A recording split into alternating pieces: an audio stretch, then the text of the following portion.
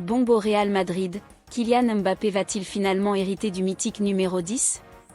Et devinez quel jeune prodige brésilien récupérera le numéro 9. Une décision qui en dit long sur les plans de Xavi Alonso. Pendant ce temps, le PSG prépare un coup d'e massif en coulisses. Un Madrilène est dans leur viseur, et ce transfert pourrait tout changer dans la hiérarchie européenne. Mais attention, l'Atlético Madrid ne compte pas rester spectateur, un mercato galactique se prépare pour défier Barça et Real. Leur première recrue va vous surprendre. Et du côté du Barça, deux nouvelles incroyables. Ronald Araujo joue son avenir dans les 15 prochains jours avec une clause secrète. La Masia frappe encore avec la signature d'un futur monstre de l'attaque.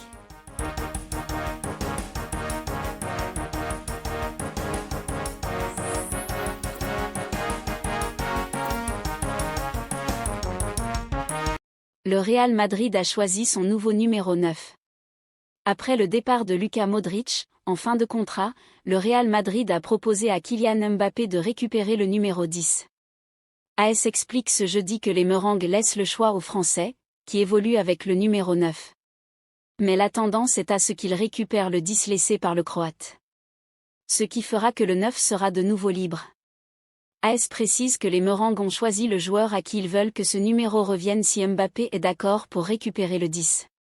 Il s'agit d'Endrick. L'attaquant brésilien joue avec le numéro 16 sur le dos.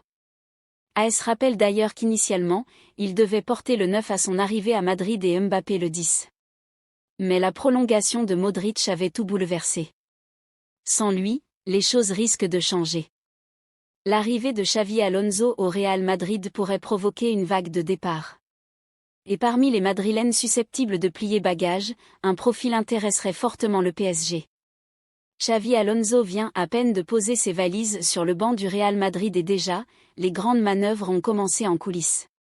Selon la presse espagnole, l'ancien coach du Bayer Leverkusen aurait dressé une première liste de 10 joueurs susceptibles de quitter le club cet été. Une liste de stars, où l'on retrouve notamment Andriy Lunin, Eder Militao, Antonio Rudiger, David Alaba, Lucas Vázquez, Ferland Mendy, Fran Garcia, Rodrigo, Endrick, mais aussi Eduardo Camavinga. Et cette potentielle ouverture n'est pas tombée dans l'oreille d'un sourd du côté de Paris.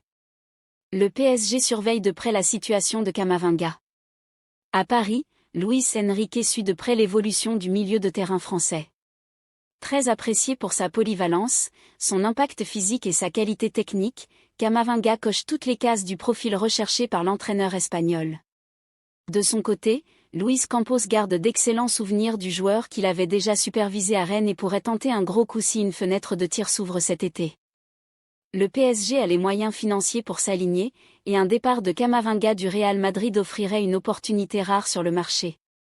Alors que le Real Madrid prépare sa révolution estivale, le PSG pourrait bien être l'un des grands bénéficiaires de ce remaniement.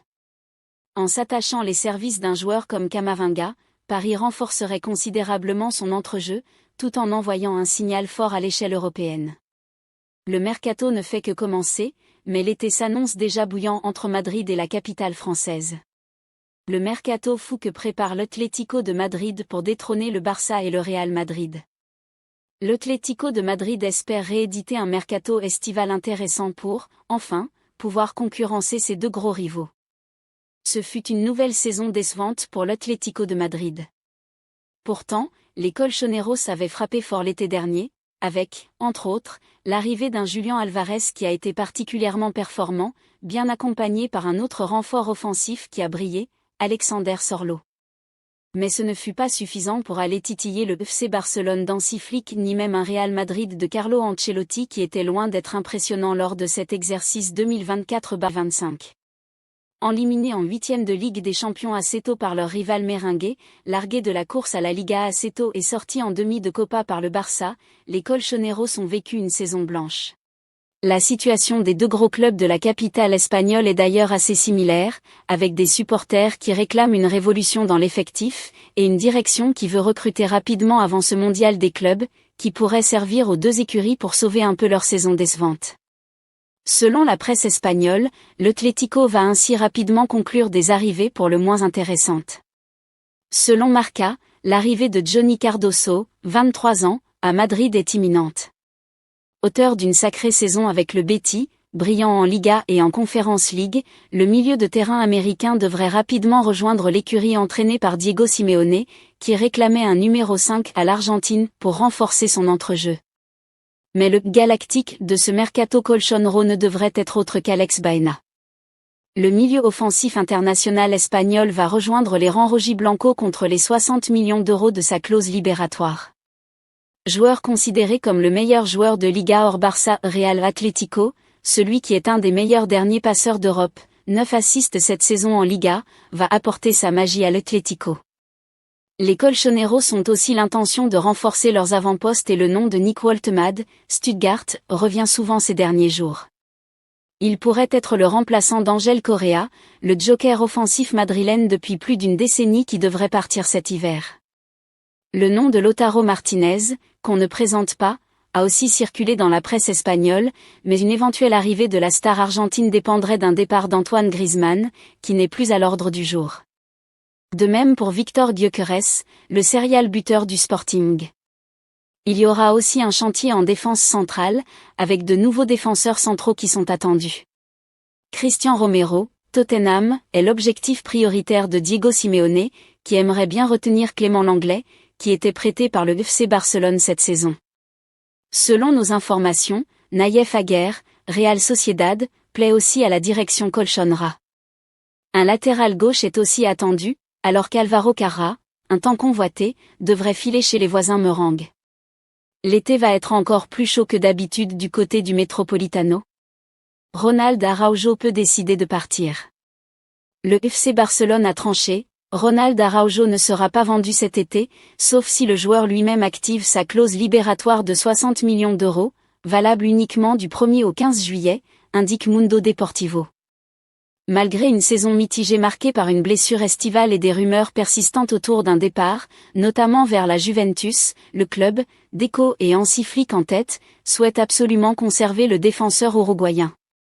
Le Barça admet que l'explosion de Pau Cubarsí a détourné l'attention et exposé Araujo à des critiques parfois jugées injustes.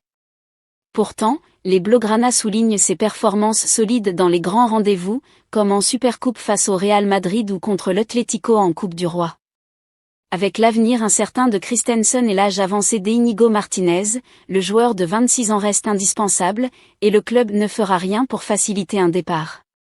En interne, on le voit capable de devenir le meilleur défenseur du monde, s'il reste catalan. Le Barça officialise la signature d'un attaquant. Alors que les projecteurs se braquent souvent sur les stars du moment, le FC Barcelone continue patiemment de bâtir son avenir à travers la jeunesse, en signant un attaquant. Le FC Barcelone poursuit avec détermination la structuration de son effectif pour la saison prochaine, en mettant l'accent non seulement sur les cadres confirmés, mais aussi sur les jeunes promesses de son académie. Après avoir récemment prolongé les contrats de Rafinha et de la pépite Lamine Yamal, les dirigeants catalans ont appliqué la même logique à leurs jeunes espoirs. Le mercredi dernier, le club a officialisé la prolongation de Roberto Thomas, un attaquant de 16 ans aux multiples talents. Cette annonce témoigne de la volonté de sécuriser les profils prometteurs qui pourraient un jour porter les couleurs de l'équipe première. En 2022, Roberto Thomas a rejoint la Masia après une saison remarquable à Cornellà. Dès son intégration à l'Infantila, il s'est distingué par sa capacité à jouer à plusieurs postes et son flair pour marquer. Il est capable d'évoluer en tant que milieu offensif, relayeur ou attaquant, et a déjà attiré l'attention de la sélection espagnole U16, ayant été invité à un stage en mars dernier. Bien qu'il soit encore dans la catégorie cadet, sa progression impressionnante lui a permis de conclure la saison 2024 à 2025 avec l'équipe juvénile B. Si son évolution se poursuit à ce niveau, il pourrait être promu au juvénile A dès la saison prochaine. Les dirigeants barcelonais ont fait de Luis Diaz une priorité pour renforcer leur aile gauche, trop faible à leur goût, mais ils pensent aussi à lui pour succéder en pointe à Robert Lewandowski, toujours en forme mais vieillissant. Déjà ciblé par le FC Barcelone ce hiver, Luis Diaz est devenu sa priorité pour le mercato estival. Le FC Barcelone vise l'ailier gauche de Liverpool pour renforcer son attaque et accompagner notamment Lamine Yamal, qui évolue à droite et vient de prolonger jusqu'en 2031. Selon Mundo Deportivo, les dirigeants blaugrana considèrent que leur équipe dépend trop du prodige espagnol et penche donc trop de son côté et veulent rectifier le tir à partir de la saison prochaine. Luis Diaz fait figure de favori chez les dirigeants du Barça en raison de sa polyvalence et sa possibilité d'évoluer à la pointe de l'attaque. Certes, Robert Lewandowski est encore très loin d'avoir fait son temps, il a encore inscrit 27 buts en Liga cette saison, deuxième meilleur buteur du championnat espagnol devant Kylian Mbappé. Mais le Polonais a 36 ans et les blaugrana veulent penser à l'avenir en tentant d'attirer un autre attaquant de haut niveau et plus jeune, 28 ans. Cette saison, Luis Diaz a inscrit 13 buts et compte 7 passes décisives en 50 rencontres toutes compétitions confondues avec les Reds. En fin de contrat en juin 2027, il n'aurait pas l'intention de prolonger et souhaiterait surtout un salaire plus haut en cas de départ, pourquoi pas chez le demi-finaliste de Ligue des Champions. Liverpool, en passe de s'attacher les services de Florian Wirtz, exigerait de son côté entre 70 et 80 millions d'euros pour libérer son attaquant colombien. Une somme que le directeur sportif Barcelone, Deco, est prêt à poser, considérant que le joueur de 28 ans est opérationnel et prêt à intégrer l'effectif immédiatement après sa signature.